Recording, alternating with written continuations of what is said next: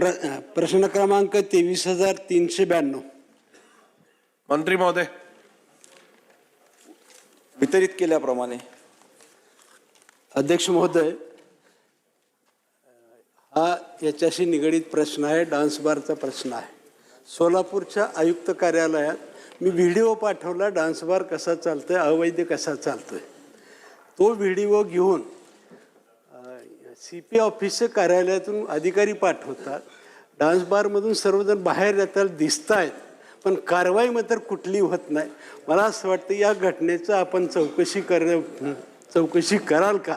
Video पाहिजे असेल तर मी व्हिडिओसुद्धा देतो सर.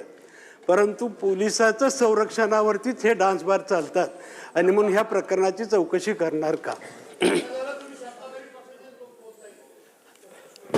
अध्यक्ष महोदय, मान्य सदस्य सुभाष बाबू देशमुख यांनी उपस्थित केलेल्या प्रश्नाच्या अनुषंगानं सभागृहाला माहिती देऊ इच्छितो की राज्यामध्ये ज्या शहरांमध्ये जे काही ऑर्केस्ट्रा बार सुरू आहे त्या न्यायालयानं जे काही आपल्याला फ्रेमवर्क तयार करून दिलं, नियम तयार करून दिलं, त्याच अनुषंगानं त्या ठिकाणी लायसन्स देण्यात आलेले आहे.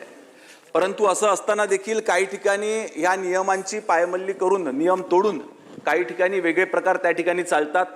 यानंतर शासनानं असा निर्णय घेतलेला आहे की या पद्धतीनं एकदा, दोनदा आणि जास्तीत जास्त 3दा जर का अशा पद्धतीचे नियम तोडले गेले तर तातडीनं त्या ऑर्केस्ट्रा बारची परवानगी त्या ठिकाणी कायमस्वरूपी रद्द करण्यात येईल.